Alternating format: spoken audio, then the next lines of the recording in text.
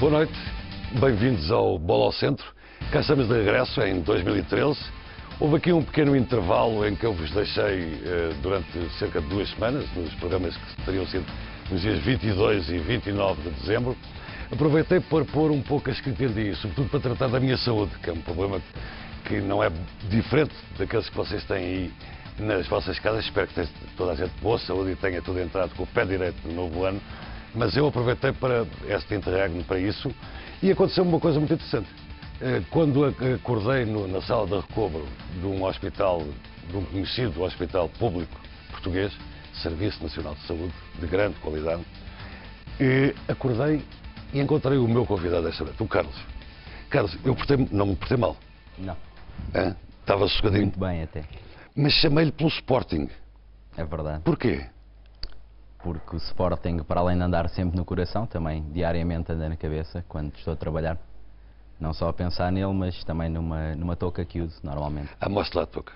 São várias, esta é uma delas. Aliás, foi-me dito lá depois no hospital, portanto, a touca que você trabalha sempre com a touca posta na cabeça. É verdade. Claro que hoje está com problemas, que fez um penteado especial para vir ao programa e, portanto, não lhe apetece nada de ter a touca e tal. Mas então a touca também. que vai... Portanto, vocês imaginam, eu acordei, obviamente que no hospital aproveitei a minha reflexão para refletir sobre o programa também, e depois, quer dizer, acordo com uma coisa que tinha tudo a ver com o meu programa. E você, aliás, ainda, enquanto lá estive, porque eu fiquei lá uma boa temporada, ainda à espera de me levarem de regresso para o quarto, você contou-me, você lê os papéis, vai às Assembleias Gerais e estuda a situação do clube. Conte-nos lá. Eu acho que é importante, enquanto adepto, qualquer um pode ser adepto e, portanto, tem simpatia por um determinado clube como tal, apoia-o da maneira como entende. Um sócio até estatutariamente está consagrado que tem direitos e tem deveres. Eu penso que, sendo eu sócio, tendo-me feito sócio, embora não seja desde que nasci porque não havia possibilidades, mas assim que tive fiz-me sócio e pago as minhas cotas, portanto entendo que seja um dever meu manter-me atualizado acerca da situação do clube, não só a desportiva, mas também tudo o que envolve o clube, a gestão económica, a gestão financeira, também a desportiva. E como tal, claro que é um dos deveres dos sócios ir às Assembleias Gerais, manter-nos informados. A certa altura, se eu bem me lembro, porque estamos a falar de uma sala de recobro de um hospital. Claro. Espero que lá aí em casa depois não fique... mas estava... Mas se bem me lembro, você falou-me que você estava zangado com o Presidente do Sporting por causa de 100 mil euros, 100 milhões... 100 milhões de euros. Conte lá. Isso é um assunto longo, no fundo. Sim, mas tento sintetizar, quer dizer, da leitura que você faz... Sintetizando, passou-se o seguinte, e ainda enquanto lista eleitoral, o Presidente do Conselho Diretivo prometeu, na altura, 100 milhões de euros. Houve outros que prometeram isto, a Presidente aquilo, o Presidente prometeu 100 milhões de euros. E, no fundo, nos últimos 2 relatórios de atividade anuais, aquilo que se passa é realmente perto de 100 milhões de euros, mas de mais passivo, não de ativo, nem de atenuar esse passivo. E isso, no fundo, para além de todas as promessas eleitorais e para além de uma gestão, a meu ver, desportiva, naquilo que diz respeito apenas e só ao futebol, porque o Sporting não é só futebol, e é importante termos isso presente, mas o futebol acaba por ser o motor do clube, e tendo em conta que esse balanço ao fim da época e meia, estamos a meio da segunda época, é verdadeiramente trágico. É trágico do ponto de vista desportivo, enquanto equipa, é trágico do ponto de vista financeiro, porque há um investimento enorme e que não tem mínimo retorno. Estamos afastados de todas as competições e monetariamente estamos hoje, por acaso, não foi mal porque estavam 20 mil espectadores em Alvalade. Eu fiquei admirado porque eu estava à espera de menos, não é? Aconteceu uma coisa estranhíssima há 3 semanas atrás, e tento sempre fazê-lo, trazer mais adeptos do meu clube e amigos meus, para além da minha família, de oferecer um convite e ninguém querer ir ao estádio. Mas muitos desses 20 mil não são também só pessoas que vão lá e pagar o bilhete. Portanto, a bilheteira não corresponde, essas 20 mil pessoas também não correspondem à entrada de dinheiro, claro, nesse aspecto. Não. Portanto, sim. Há muitos convites claro. que entram. Agora, no fundo, o Sporting é um clube muito grande, a sua história é muito grande, e atualmente aquilo que acontece é que não está a corresponder aos pergaminhos da sua história e temos que voltar a corresponder a esses pergaminhos. Eu convidei o professor João Duque, boa noite, professor. O professor João Duque toda a gente conhece aí em casa porque é o habitual comentador de assuntos de economia e nosso insigne economista. Ele é sportinguista, para mal dos seus pecados, se me permite. Convidei-o, antes de mais nada, para comentar o que o Carlos, estes 100 milhões, tinha pensado nisto, reparou neste pormenor. Sim, bom, foi uma promessa eleitoral de injetar no clube capital. Houve alguma entrada de jogadores e de algum sangue novo no clube. Agora os resultados esportivos são de facto lastimáveis e percebe-se que há uma deriva, pelo menos há uma deriva do clube. E há uma deriva que não é só refletida em termos esportivos, mas também em termos contabilísticos. O clube em si, vamos distinguir a SAD do clube. O clube, de acordo com o último relatório de contas e da análise dos auditores, se feita uma avaliação de acordo com aquilo que são as reservas deles, o clube tem um capital próprio negativo muito superior a 200 milhões de euros. Portanto, do ponto de vista capital próprio negativo, professor. Portanto, isto é, apesar de contabilisticamente as contas do clube refletirem um capital de 6 milhões de euros, há dois fatores que são muito importantes, que é a forma como se avalia a participação da SAD, portanto a participação do Sporting na SAD, direta e indiretamente, e por outro lado os proveitos que foram já reconhecidos, em virtude dos direitos de superfície do pavilhão multiuso. Exato. E, portanto, que é todo o complexo desportivo. E, portanto, as políticas contabilísticas de reconhecimento de proveitos nos últimos anos, se fossem feitas de determinada maneira, de acordo com os auditores, isso levaria a um espelho de uma situação líquida negativa, muito negativa. E, portanto, quer dizer, do ponto de vista até contabilístico, é muito preocupante. E por aquilo que eu percebo, aquilo que o professor está a dizer é, do seu ponto de vista, enquanto economista, a realidade que devia ser, isto é sem engenharia financeira. Sim, claramente. Eu acho que as contas deveriam refletir cada vez mais e cada vez mais proximamente aquilo que é a opinião do auditor. Eu não fico confortável quando vejo contas com reservas de um auditor e as contas não são corrigidas nesse sentido. Carlos, você está a dizer que sim? Estou a dizer que sim, porque isso é o que consta no último relatório. Portanto, o próprio auditor que auditou as contas, de facto, faz uma reserva final e, como está a dizer o professor, não é confortável para um clube de futebol que se quer transparente e que, de fundo, Carlos, tenha você lá no resultados. sítio, em Alvalade, senta-se onde? Já me sentei em vários sítios, já me sentei na Central, atualmente estou na bancada B, estou na bancada dos sócios. Fala-se disto que nós estamos aqui a falar hoje. Eu acho que, do ponto de vista, no estádio, é raro. Raro. Acho que a política desportiva, mais a nível da gestão, não passa muito. O que as pessoas querem ver, no fundo, e se calhar, infelizmente, é que se interessam, querem mais ver a embalagem e não tanto o que está por trás, o conteúdo. E eu acho que é importante ver ambas as coisas. Eu fiz esta pergunta, professor, porque isto é interessante do meu ponto de vista, quer dizer, porque hoje fala-se muito, a solução para o Sporting agora é a admissão do ex-engenheiro Godinho Lopes e tal. Eu não sei se esse não é, quer dizer, isso não é uma questão que tenha a ver comigo, mas o sócio depois, quer dizer, vota em quê? Vota com o facto do Sporting ter perdido hoje com o Paço de Ferreira outra vez, ser a 10ª derrota, que sai o jogador, entra o treinador e tal. Eu estou a fazer essa pergunta e olhar para si, percebe? Porque eu, enquanto cidadão, homem do desporto, que gosta do desporto, que acompanha este fenómeno, não é? O Sporting é património nacional. É património nacional e tem outro tipo de responsabilidade. Como já aqui foi referido, o Sporting é um clube eclético e tinha até modalidades que eram, digamos, participadas por muitos utilizadores, não são os desportistas de bancada. Natação, por exemplo? Era a natação, era a ginástica. Eu fui ginasta do Sporting e fui campeão nacional durante 3 anos, por equipas. Olha.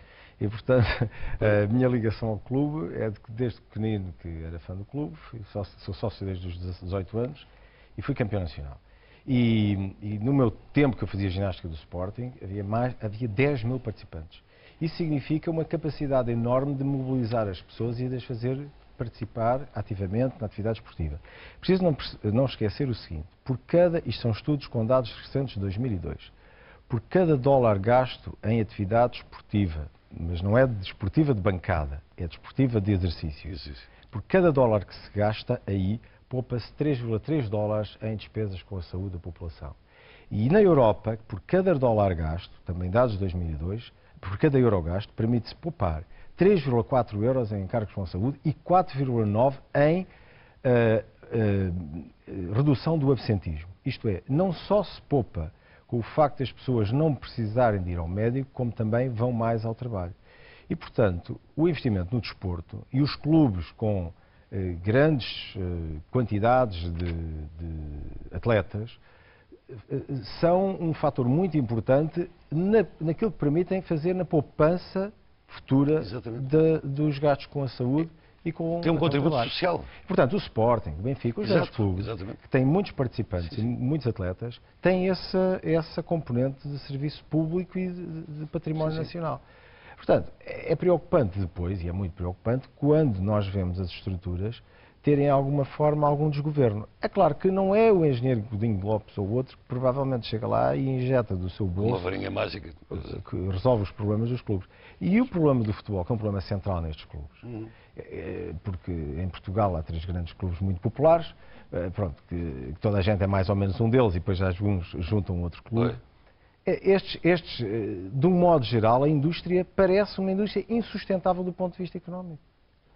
A Liga Portuguesa dá prejuízo.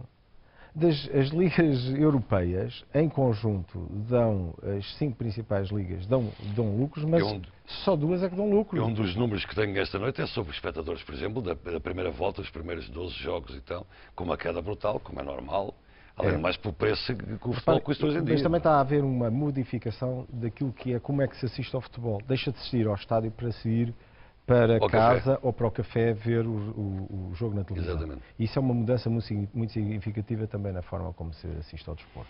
Queria pedir aos dois, pela ordem que entenderem, são 2 sportinguistas neste caso, que me digam como é que vê o amanhã do Sporting. Ambos. Força. Força. Eu, voltando um pouco atrás, quando há pouco falou no engenheiro Godinho Lopes e também aqui nas palavras do professor, eu de facto não há ninguém que tenha uma varinha mágica, eu penso que isso não existirá. Agora, o que neste ano e meio nos mostrou foi alguém que já foi abandonado pela suposta estrutura, ou que deixou sair a suposta estrutura, desde os vice-presidentes Carlos Barbosa, Paulo Pereira Cristóvão, a estrutura da SAD. Não sabemos, toda a gente é inocente, até prova em contrário. Muito bem. O que é certo é que aconteceram casos que não dignificam o nome do Sporting. Na SAD também caiu os homens fortes, Luís Duque, Carlos Freitas. Passaram 5 treinadores, contabilizando o Oceano, e no fundo há um líder no Sporting, ou pelo menos supostamente há um líder no Sporting. Isto é futebol, é certo, é a estrutura do futebol, mas lá está, o futebol é o motor do clube, é o motor dos clubes, quer dos rivais de ambos. O próprio Braga e outros clubes mais pequenos que também contribuem para a realidade desportiva nacional, e como o professor estava a dizer e bem, e sendo eu um homem da saúde, enfermeiro e dedicando-me a essa área, é certo que mesmo no panorama extra-futebol, a nível do exercício físico, a prática física contribui para a saúde e, portanto, contribui largamente para o benefício da sociedade. Quer-me parecer a mim que neste caso específico do futebol e do próprio clube em si, eclético, não é bom, para mim, que tenhamos um presidente que até agora tenha gerido o clube desta forma e que não tenha apresentado nem resultados, nem realmente um projeto. E é isto que me parece. Professor. Pois, aqui no caso do Godinho Lopes, ele ficou isolado, está praticamente sozinho. Isto é, se nós olharmos para o momento eleitoral, para aquilo que são as suas propostas de estratégia e de aplicação ao clube, aquilo que está a acontecer é completamente diferente do início. Mas a solução são eleições, professor? Eu não sei se a solução é Assembleia Geral... Mas neste momento, eu vendo de fora, e eu tenho estado um bocadinho fora dos meios intra, vou quando posso, infelizmente não posso ir a todas as reuniões do Conselho Unido, mas vendo de fora, assiste-se a uma quebra muito grande entre aquilo que é a superestrutura dirigente e, por exemplo, no futebol, a linha de continuidade ao nível da própria equipa. Exato. E, portanto, isso dá, de certa forma, alguma instabilidade à equipa. E, portanto, essa desunião, digamos assim, pode melhorar-se, pelo menos, com alguma reavaliação eleitoral. É possível. E Godinho Lopes pode ir outra vez a eleições, não tem problema nenhum, claro, e até pode ser reforçado com um projeto claro, não há problema. Agora, de facto, parece-me que do ponto de vista estratégico há aqui uma grande fracionação do clube. Agora, isso não resolve o problema económico nem financeiro do clube. Pois, exatamente. E isso devo dizer-lhe que há uma outra coisa. Há aqui outros agentes, nomeadamente as instituições financeiras, que não vão permitir que qualquer solução... Há de eterno. E é da eterno, porque elas estão ligadas e o volume financeiro é de tal forma que também não vão deixar que qualquer solução vai emergir, de qualquer lado, que ponha em causa esse princípio. O princípio sobretudo da quem dá as garantias. Exatamente, daquilo que vai ser alguma continuidade ou na expectativa de algum reembolso. Leram uma notícia da semana passada dos jornais, estava eu a recuperar ainda, em que, segundo a notícia, o ex-engenheiro Godinho Lopes estaria avalizado 12 milhões de euros. Pois, os bancos estão interessados em saber quem é que avaliza. Pois, com certeza. Se o fez, é louvável, porque com certeza foi para acorrer a uma necessidade de tesouraria emergente. Mas digamos que isso significa também que também não é assim com facilidade que o Godinho Lopes pode sair. E todos nós devemos compreender isso. Claro. Um homem que mete um aval pessoal com o seu património a responder perante 12 milhões do clube, com certeza que não vai querer sair assim de qualquer maneira. Muito obrigado. Carlos, boa saúde, um bom ano para si, um bom ano para o professor João Duque também. Boa recuperação também. Espero que o Sporting vos dê alegrias nos próximos tempos. Muito obrigado. Boa noite. Obrigado, boa noite. Janeiro é o mercado de janeiro, o chamado mercado de janeiro, em que os jornais, eu diria que é dos momentos mais divertidos que eu jamais, enquanto espectador e leitor de jornais, é sempre este dos mercados. Quer dizer que este vai para aqui, o outro vem para ali. Para fora. A notícia há 15 dias, Ismailov do Sporting para o Futebol Clube do Porto. É uma novela que está muito engraçada, que mete outras pessoas de quem se fala e que normalmente, quando questionadas sobre esta matéria, não têm a opinião nem podem falar. Mas Ismailov, portanto, hoje diz que já está resolvido o problema. Há 15 dias também já estava resolvido. Vamos ver, portanto, nesta novela deste rapaz, deste jovem jogador de 30 anos, quer dizer, como é que se passará a passagem dele do Sporting para o Futebol do Porto, se vier a acontecer. Depois, antes de chegarmos a 1 de janeiro, aliás, Farinha e Centurión, ambos do Racing de Buenos Aires, foram dados ao Benfica. Agora diz que já não vem para o Benfica. E agora aparece um box-to-box, que é uma palavra muito importante, do Vitesse da Holanda, chamado Van Ginkel, que diz que deve ser por falta de companhia para o Ola John. Enfim, portanto, este está indicado. No meio disto tudo, a única coisa que parece que é verdade e que está preto no branco é que o Futebol Clube do Porto contratou um central mexicano ou América, chamado Diego Reis, que virá para o Futebol Clube do Porto em agosto, portanto no final desta temporada. Vamos acompanhar durante este mês de janeiro de uma forma divertida, naturalmente, pelo menos a minha ideia é que seja de uma forma divertida, estes mercados.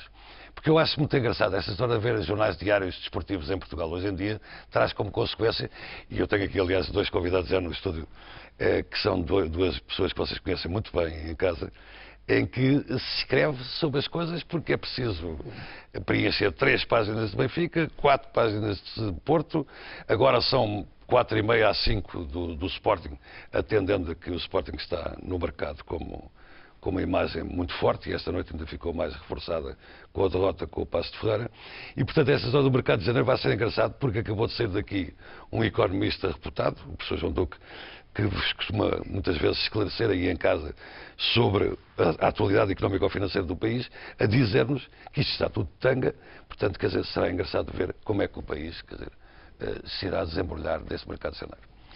Convidei para esta noite um velho amigo, se me permite que o trate assim, o professor Nel Vingada e o Carlos Carvalhal, como 2 exemplos, entre muitos, de 2 treinadores de sucesso, indiscutivelmente, que, no caso do professor Nel Vingada, foi à China salvar um clube, com uma história, aliás, muito interessante, que vocês vão gostar de ouvir, com certeza, e o Carlos Carvalhal, que é todo virado para a Turquia, quer dizer, porque lhe dá muita adrenalina, por aquilo que eu percebi, quer dizer, mexe consigo. Eles são 2 exemplos, entre muitos, que vocês podem ir consultar a casa, a produção irá passar aí alguns nomes de gente que se encontra. Com uma coisa muito curiosa, é que neste momento há 2 países no mundo com mais treinadores portugueses que qualquer. O Irão, ouviu bem, o Irão, e o professor Nelvigado depois fala-me do Irão, não se esqueça. E Moçambique, com alguns clubes, aliás, com os nomes que eu, que passei por lá há algum tempo da minha vida, nunca me passou para a cabeça e tal. Portanto, Nelvigada, Carlos Carvalhal, boa noite. Boa noite a ambos. A China não lhe pagou. Se os chineses não pagam, quem é que paga? Pode-se dizer, mas foi, enfim, uma situação sim, anormal, digamos. Portanto, é normal. É normal, porque o normal é haver cumprimento e cumprimento daquilo que normalmente se acorda entre as partes. Foi uma situação, portanto, foi azar ter acontecido ao meu clube, portanto o presidente foi preso, supostamente porque apoiava, do ponto de vista financeiro, um político que era, digamos, oposição a outros políticos na China, e levou, de facto, ao estrangulamento do clube, porque a empresa dele é que era dona do clube, portanto, estando ele preso, o dinheiro deixou de vir da empresa, deixando de haver dinheiro da empresa, obviamente. Deixou de haver dinheiro para pagar os ordenados, claro. Ainda houve, portanto, o governo local de Dalian, juntamente com outra pessoa da Dalian, foram pagando alguma coisa. Se se importa, depois houve vamos tentar situar onde é que fica Dalian na China, Dalian, portanto, para o público, não é que o público saiba muito bem qual é a geografia chinesa. Portanto, normalmente o trajeto melhor é Lisboa-Frankfurt, Frankfurt-Pequim, e depois de Pequim para lá, portanto, um bocadinho mais para, digamos, este de Pequim, são 50 minutos. Portanto, não é longe de Pequim. Portanto. Não, é... E tem o TGV agora a passar por lá também? Diga? Tem o TGV a passar por lá agora? Este novo que faz? Não, o novo ainda não está. O novo que foi inaugurado foi de Pequim a Guangzhou, que era a antiga Cantão. Exato. Portanto, são 2000, quase... Aprendeu a falar chinês? Há algumas palavrinhas, poucas. Aliás, eu tenho passado algumas palavras. O Carlos Carvalhal não leva a mal que eu perca ou ganhe, se quiserem. O professor Nelvigada, quer dizer, para mim tem uma relação muito especial, eu tenho uma relação muito especial com ele, porque eu estava a exercer funções na Embaixada de Portugal em Washington em 1996, quando ele esteve lá como selecionador nacional da equipa olímpica de Portugal nos Jogos Olímpicos de Atlanta, que deve ter sido das equipas mais divertidas. Eu, como espectador, eu comecei por ser jornalista desportivo e, portanto, nessa altura eu estava muito atualizado. Foi das equipas, porque era tudo meninos bonitos, porque era Dani, Nuno Gomes, Porfírio, Nuno Gomes, Domingas, quer dizer, aquilo dava para uma espécie de Paulo Alves, Rui Bento. Exatamente, portanto, foi o Beto, rapazes muito estimáveis e tal, quer dizer, o senhor conseguiu um milagre, porque nós fomos às meias finais com o Brasil. Fomos disputar, fomos às meias finais com a Argentina, fomos disputar a medalha de bronze, com o Brasil. Aliás, fomos a melhor equipa da Europa. Exatamente, e se me perguntassem, a mim ou a qualquer português, mesmo aos jogadores, antes dos Jogos Olímpicos, que iríamos ser a melhor equipa da Europa, como fomos, porque surpreendentemente quem ganhou foi a Nigéria, que bateu a Argentina, bateu a Argentina na final e o Brasil bateu-nos a nós na medalha de ouro. Mas ninguém dava nada pela nossa equipa e eu confesso que achava difícil, de facto, podermos chegar onde chegámos, até porque o nosso grupo era muito difícil. Nós calhámos no grupo com os Estados Unidos? Com os Estados Unidos, que era, portanto, normalmente existe uma aposta muito forte. E o terceiro jogo do grupo era o jogo em Washington, que lembra-se com certeza, no estádio no Robert Kennedy, completamente cheio. Portanto, foram uma loucura pegada. Os minutos mais longos da minha carreira. Portanto, o árbitro deu 8 minutos. E para nós também na bancada. Exatamente. Conseguimos empatar. Exatamente. E conseguimos empatar com a Argentina nessa fase e ganhamos a Tunísia. E, portanto, qualificámos para depois jogar contra a França. E já não se lembra, e o Carlos Carvalhal não sabe, e o professor já não se lembra, nós, diplomatas na altura, fomos testemunhas de uma coisa muito interessante. É que estamos sentados na bancada central do estádio em Miami. Sim, para jogar com a França. A assistir ao jogo com a França, que era um jogo decisivo para nós. Arbitrado pelo Colina. Arbitrado pelo Colina, exatamente. E ouvimos o presidente da Avelange atrás, em bom brasileiro, dizendo que horror, os Estados Unidos era tão bom que se tivesse qualificado. Foi uma desgraça para a competição, porque o estádio estava muito vazio. Eu hoje em dia estou em condições, sem quebrar sigilos diplomáticos e questões de princípio, digamos assim, para contar esta história, que aliás o professor, nós contámos na altura, o nosso embaixador e eu próprio, que nós estávamos lá a acompanhá-lo, mas até nesse aspecto, porque achou que os Estados Unidos foi um jogo épico, como se lembra. Foi um jogo fantástico. Que era fundamental para nós podermos passar. E a Avelange, que é um menino muito querido, que foi sempre visto pelos jornais como um grande amigo de Portugal, e está muito ajudando, e isto, aquilo, aquilo outro, ele não queria, entende? Só contou para você. Carlos Carvalhal, você por aquilo que viu, também o Besiktas deixou de lhe pagar. Portanto, também lhe tocou uma coisa mais ou menos parecida. Tem uma história... Besiktas da Turquia. História diferente do professor. Claro. Pronto, eu, na altura eu também tenho um caso de prisão, eu entro no Besiktas pelo que... O treinador na altura foi preso numa altura em que houve uma investigação no futebol turco e foram 60 e tal pessoas presas, inclusive o presidente do Fenerbahçe, que esteve preso, salvo erro, 1 ano e 2 meses, ou qualquer coisa assim, saiu há pouco tempo da prisão. E depois nós andámos bem até dezembro, janeiro, e em janeiro havia alguma falta de pagamento, mas o presidente, que é o atual presidente da Federação, o Damir Onem, é uma pessoa também multimilionária, tem muito dinheiro. Mesmo andaram com 2 ou 3 meses, havia sempre aquela expectativa de poder pagar em qualquer altura, porque é uma pessoa com grande capacidade financeira, portanto nunca foi um problema para nós. Só que a partir de janeiro há um grande problema. Qual é o grande problema? É que ele candidata-se a presidente da Federação e automaticamente demite-se de presidente do Besiktas. E quando se demite de presidente do Besiktas, nós ficámos sem presidente. Sem presidente durante 2 meses e meio, por aí, ou 3 meses. Fresco. Na altura onde tudo se estava a decidir. Claro. Ou seja, há 2 meses que estavam atrasados, começaram-se a juntar mais 2, e salvo erro, quase mais 3, chegámos a ter 4 ou 5 meses de ordenados em atraso, sim. Portanto, vocês estão bem um para o outro, professor Nel Vigando. 4, 5 meses, isso não está mal. Sim, mas o Besiktas acabou por ter capacidade para pagar mais tarde. Mais tarde acabou por não lhe devem nada a mim não. E logo saí. O professor ainda. Já sei que vai dar um salto lá para ver. Os últimos 4 meses ficaram por pagar. Como eu estava dizendo há pouco, pelo meio o governo local e outra pessoa da Aliança pagaram alguns dos salários, mas depois, na parte final... De qualquer maneira, como é que vocês se sentem? Deem-me lá a vossa história de vida, entre aspas, enquanto imigrantes de luxo de Portugal, nós representando, nós exportamos os senhores para o estrangeiro, que é uma coisa que eu acho que é altamente significativa. Eu já contei isto algumas vezes. A primeira vez, eu saí depois dos Jogos Olímpicos, enfim, foi uma história mirabolante, porque surpreendente até como é que o treinador que estava há 10 anos na Federação ficou em quarto, Portugal ficou automaticamente metido no projeto olímpico do ano seguinte, que seria curiosamente, 2000, acho que era em Seul? Não, Sydney? Não, Sydney, sim. Seul tinha sido antes. Sydney, portanto, e, enfim, não interessa agora muito, mas criaram uma situação quase para eu dizer que não. E então eu saí, portanto, eu saí e de repente fiquei desempregado, digamos. E veio um convite para eu ir para o Egito, houve, enfim, para a Seleção A, não houve acordo, depois houve um convite para eu ir para a Arábia Saudita, para a Seleção Olímpica.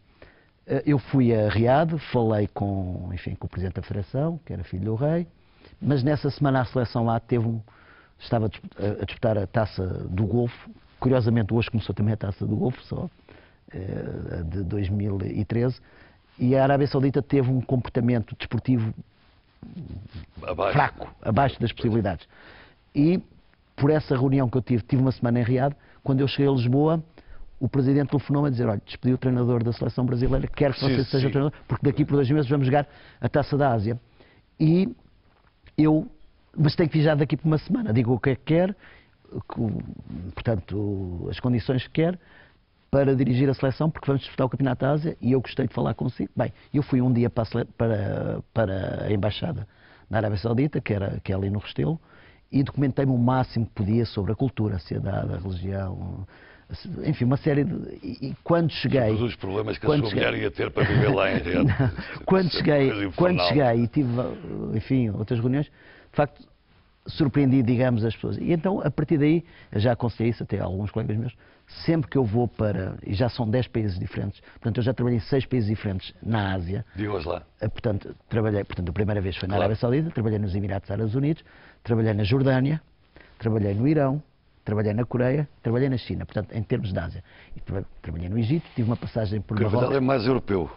Chipre e Turquia. Não, tive Grécia e Turquia. Perdão, Grécia e Turquia. Com duas experiências diferentes. Dois grandes amigos, portanto. Quer dizer... grandes amigos. Toma um pequeno almoço. É engraçado, tem uma cultura, de certa forma, em grande parte idêntica, devido ao facto da Turquia ter invadido a Grécia durante muitos anos, creio que 500 anos sobre a invasão turca. Sim. E tem uma matriz muito forte. Aliás, até se confunde, por exemplo, aquele olho que a gente diz, os gregos dizem que é um olho grego, os turcos dizem que é um olho turco. Claro. O baklava, que é uma sobremesa, eles dizem que é turca, outros dizem que é grega. Há diversos. A condução é muito idêntica, má, péssima. Péssimo. A condução é muito má. Isso é de dos dois arrepiar. lados. Há algumas coisas que tenham pontos de intersecção muito interessantes. A minha experiência, pronto, muito rapidamente, vou para um país que é a Grécia, que não tive tempo de me preparar. O convite foi feito, eu, passado uma semana ou 5 dias, estava a arrancar para a Grécia. Não tive possibilidade nenhuma de comentar sobre o futebol, sobre a cultura, sobre nada. Fui aprendendo com o tempo e, obviamente, senti dificuldades. Aprendendo com essa experiência, na Turquia foi exatamente ao contrário. Aprendi a falar um pouco de turco antes de ir. Tive a oportunidade de visitar a Turquia e de ver alguns jogos também. Quando vou para a Turquia, o convite me surge, eu já estava razoavelmente, para não dizer bem preparado, Claro. Inclusivamente com a língua, que é uma língua muito difícil. Eu hoje já consigo comunicar com os turcos. É daí que vem a sua adrenalina. Você disse que deixou Istambul porque estava-lhe a faltar a adrenalina. Explique lá isso.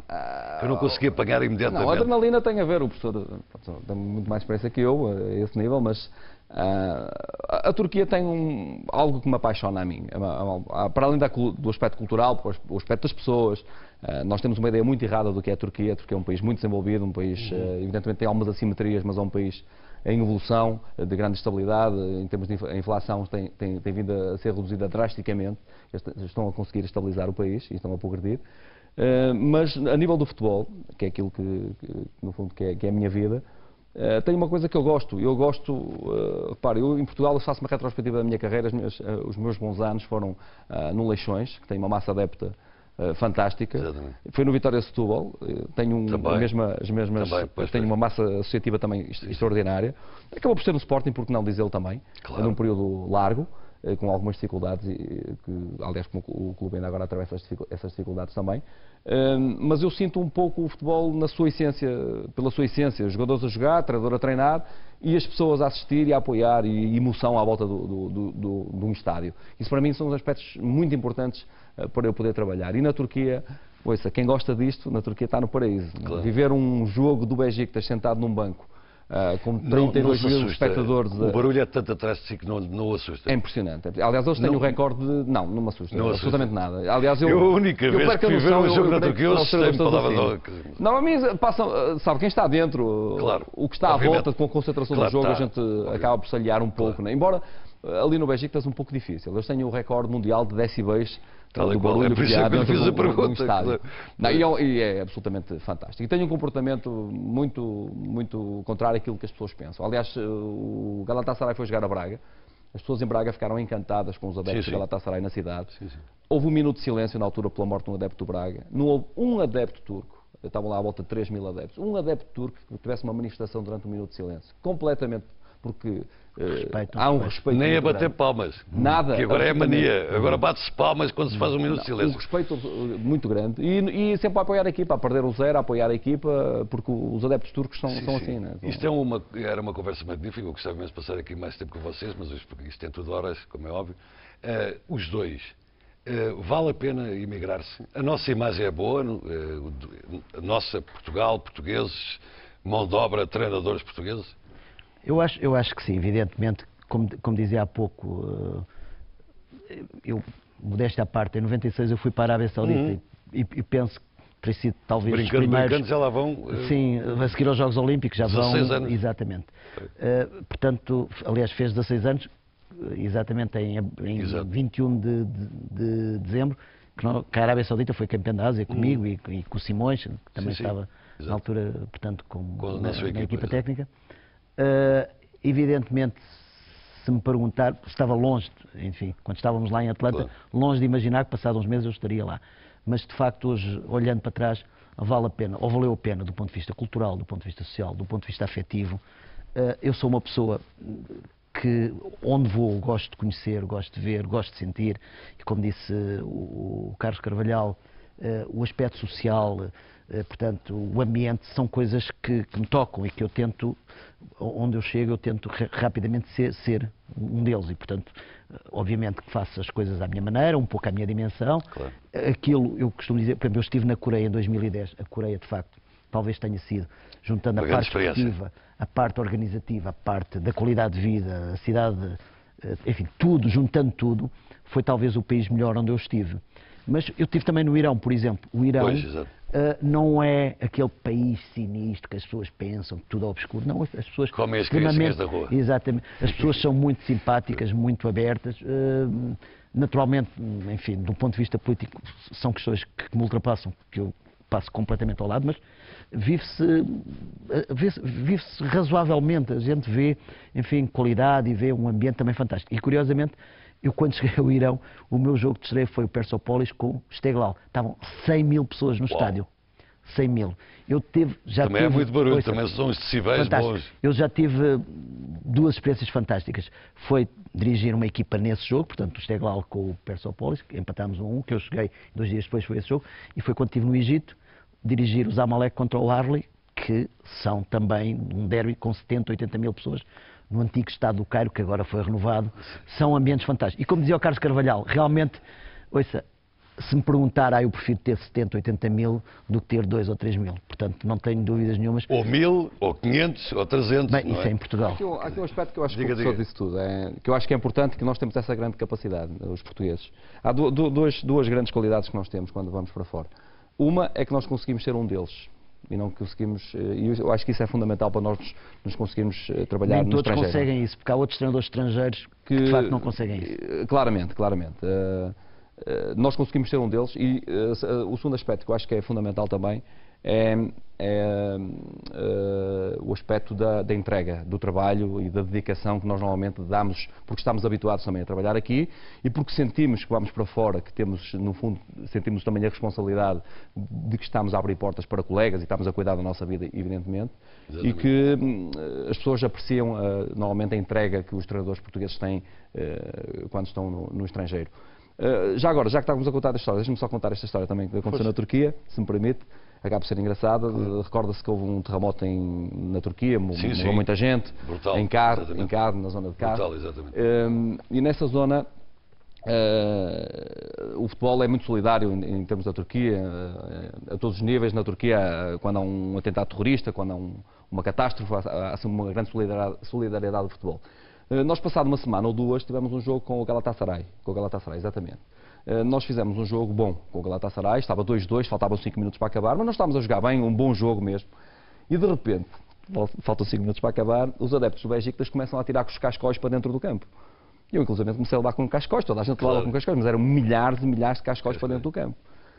Eu não percebi o que era aquilo, sinceramente não percebi. O tradutor não estava perto de mim, eu queria perguntar, mas isto não pode ser para mim, eu sei, será por causa do treinador, a gente está a fazer um bom jogo, as pessoas estão contentes, estão a apoiar a equipa, apesar de estar 2-2, o jogo tem sido muito bom e a gente está a jogar bem. Mas será alguma faena, estão a tirar com os cascóis de todo lado, etc. Só no final eu consegui compreender, entretanto o tradutor chegou. É um aspecto também importante, nós não falamos aqui, é muito importante os tradutores para quem vai para fora, é um aspecto fundamental e que sejam de confiança. Era uma ação de solidariedade dos adeptos do Besiktas para com as pessoas em Kar, porque lá faz temperaturas negativas na ordem dos 15, 20, 25 graus negativos. Com os cascóis. Recolherem os cascóis para depois entregarem às pessoas, né? E para, no fundo, um gesto de solidariedade para com as pessoas. Isto, acreditem, é bem português. Eu fico muito satisfeito, queria agradecer aos dois por terem vindo cá. Parabéns a ambos. São bons representantes do nosso país no estrangeiro. Eu sabia disso. E ter agora, depois, o exemplo que aqui nos deixaram, quero-vos agradecer muito sinceramente. Muito obrigado. Obrigado, prazer. Falava-vos eu, de que na conversa sobre a situação económica ou financeira do Sporting e do futebol em geral, que as assistências mudaram, eu diria, substancialmente nesta primeira volta do campeonato, que ainda não terminou. Portanto, estamos a falar das 12 primeiras jornadas do campeonato. E conforme o quadro que vos apresenta pode mostrar, Até nos 12 primeiras jornadas, o Benfica teve 240.521 espectadores, o Futebol Clube Porto 187.150, o Sporting 176.641, o Vitória de Guimarães, que curiosamente é superior ao Sporting de Braga, 73.952 e o Sporting de Braga 66.395. Não gosto de ser avaguarenta, não quero dizer com isto que será muito mais complicado na segunda volta do campeonato. De qualquer maneira, entramos em 2013 com alguns problemas, com algumas dificuldades e, portanto, isto é mais um sinal que eu queria compartilhar convosco para que vocês aí em casa pensem sobre esta matéria e nos possam ajudar até à reflexão que aqui semanalmente trazemos sobre o que se passa na indústria do futebol profissional. O meu convidado está em atraso, tem atraso do ano passado.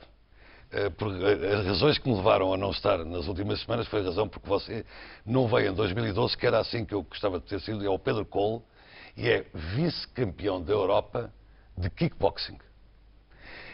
Ele é o esparguete assassino. Mas conte-me lá isso, Pedro. Esparguete assassino é que propósito. Isso foi uma alcunha, não sei como é que começaram a falar muito dela, porque foi um primo meu que me chamou isso. Já me chamavam os meus primos a brincar esparguete, por eu ser muito magrinho. Depois, quando eu comecei a ganhar assim os combates importantes, ele disse, agora não é esparguete assassino. Mas só o meu primo é que me chamou em casa e de repente comecei a ver vários blogs, quando eu era atleta do Sporting, a referirem-me como esparguete assassino. Também não sei Sporting? como é que... Fui atleta do Sporting durante muitos anos. Não sei. Ok. Tá. Tenho grande paixão pelo Sporting, Sim. porque treinei lá e fui treinador adjunto também durante muito tempo de kickboxing, mas saí em setembro deste ano. Pedro, diga-me lá, é preciso ser assim um lingrinhas, quer dizer, desculpa a expressão, ou este tipo esparguete para se fazer kickboxing? Não, claro que não. Temos aí categorias de peso. Eu estou numa categoria de peso baixa. 65, não é? Menos 60. Pois. Como é que lhe surgiu isso? Porquê o kickboxing? Eu fujo sempre um bocadinho à regra. Venho numa família de cavaleiros, mas desde pequenino que sou fascinado pelas artes marciais. Via muito os filmes do Van Damme, do Bruce Lee, era fanático. E comecei no taekwondo do Sporting quando tinha 8 anos. Depois fiquei algum tempo sem praticar e depois aos 16 comecei a praticar kickboxing e desde então nunca mais parei.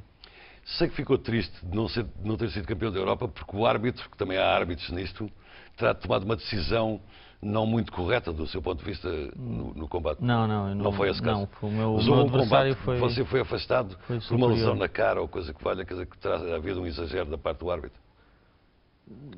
Acho que sei de que combate é que está a falar, mas a decisão do árbitro não tenho. Como é que foi então o seu vice-campeonato europeu, Pedro? Foi isto é um campeonato muito duro, foi em Ankara, na Turquia. Turquia. Então, estavam agora a falar da Turquia.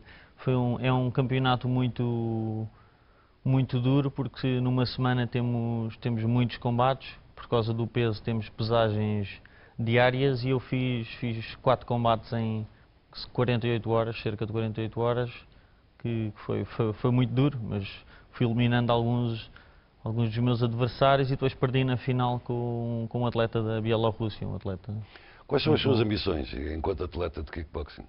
Chegar a campeão da Europa?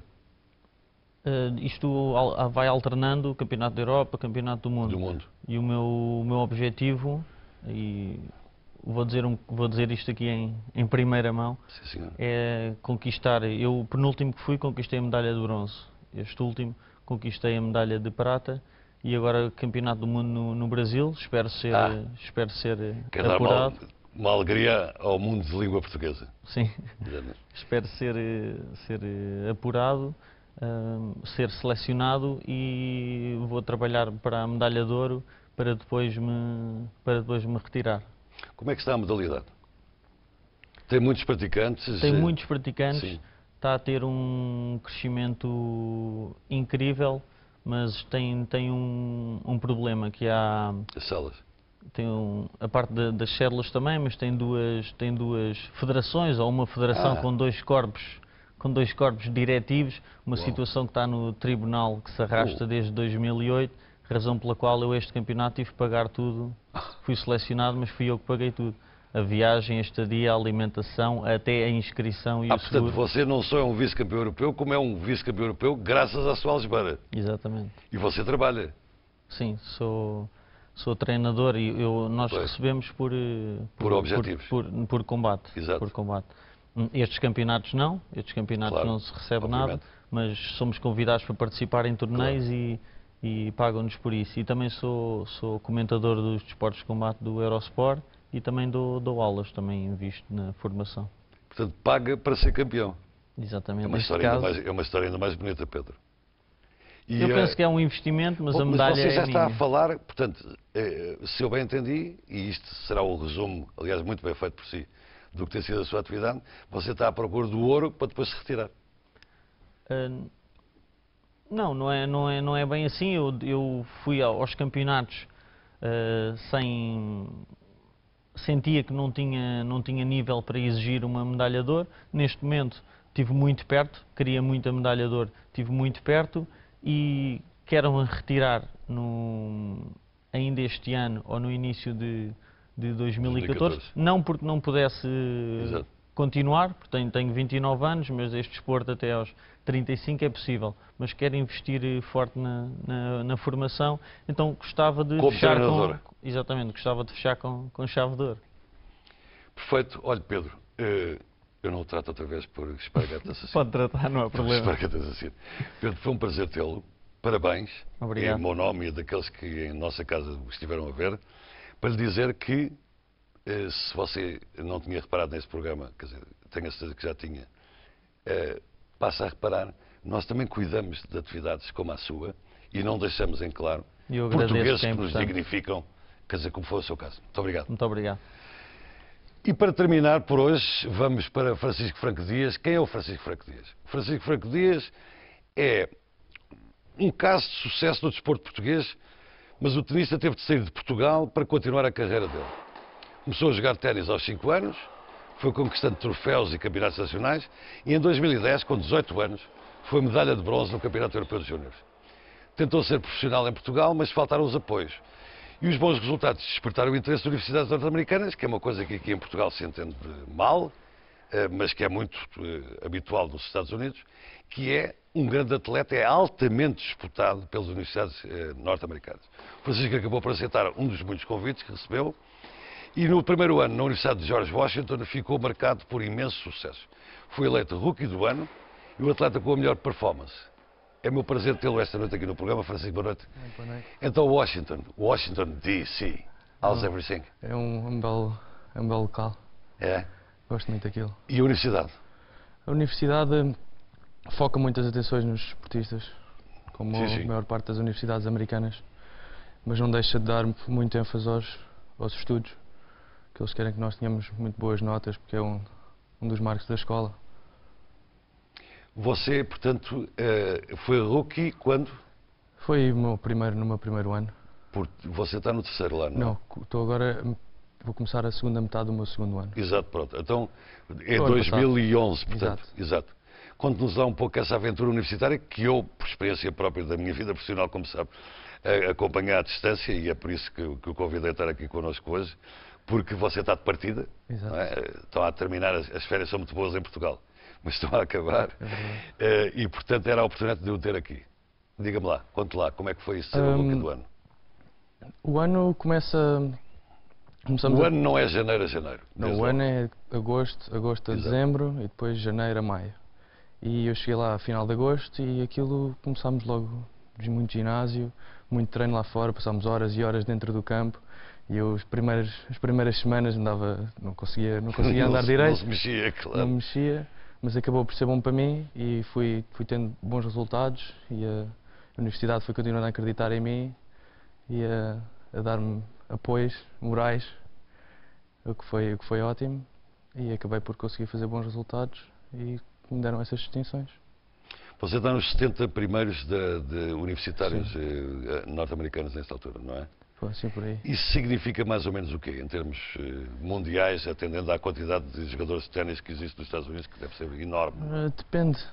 Há jogadores que estão mais acima do que eu, que não têm tão boas cotações a nível profissional, enquanto há outros que estão lá mais no topo, que conseguem ser até top 600 do ranking mundial. Por isso depende muito do que um jogador aposta. Há uns que apostam mais nos estudos, há outros que apostam mais no desporto. Você? Eu gostaria de tentar o circuito depois de acabar a faculdade, sim. Sim. Você está a estudar? O quê? Business. Business? Good for you. Porquê é que se fala pouco de si em Portugal? Não lhe consigo responder essa pergunta. Sim. Mas do ponto de vista desportivo, quer dizer, você não... O desporto aqui em Portugal, o desporto rei é o futebol. O ténis só está a começar a ser grande agora porque estamos a começar a ter bons jogadores. Você sabe que é o segundo jogador de ténis que vem aqui a este programa. Foi a Maria Isso houve 6, exatamente. Exato. Ela está na Austrália agora. Está. Diga, desculpa interromper. Porque o futebol é o desporto rei. Sim. E o ténis está a começar a ser um desporto com um bocadinho mais ênfase por causa do Frederico Gil, do Rui Machado e esses jogadores que estão a começar a dar mais nome ao ténis em Portugal. E possivelmente essa é a razão pela qual não se fala assim tanto como se fala de outros desportos. De qualquer maneira, você foi praticante em Portugal? Sim. E, até aos 18. Até aos 18. Que nível atingiu, Francisco? Fui campeão nacional 3 vezes. No sub-16 e 2 vezes no sub-18. Nos séniores só consegui os quartos de final. Joguei alguns torneios profissionais aqui em Portugal e pela Europa. Cheguei até a ir ao Brasil para jogar torneios. E foi o máximo que eu fiz aqui. Fiz terceiro lugar do Campeonato da Europa no meu último ano cá. Foi bom. Estava cheio de vontade de lhe perguntar, quer dizer, estamos a aproximar-nos do final do programa, se lhe cai mais o pé para o business, para os negócios ou para o ténis? Para o ténis. Para o ténis? Para o ténis. Que também pode ser uma forma de negócio.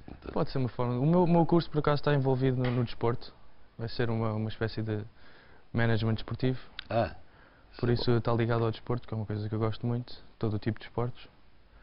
E para não falar que é uma licenciatura numa universidade ótima, conta sempre para muito. E ficar a viver nos Estados Unidos, voltar para Portugal? Porque isso é sempre... Isso aí é... Não sei ainda. Pois. Estou a estudar essa situação. Francisco, obrigadíssimo. Muito obrigado.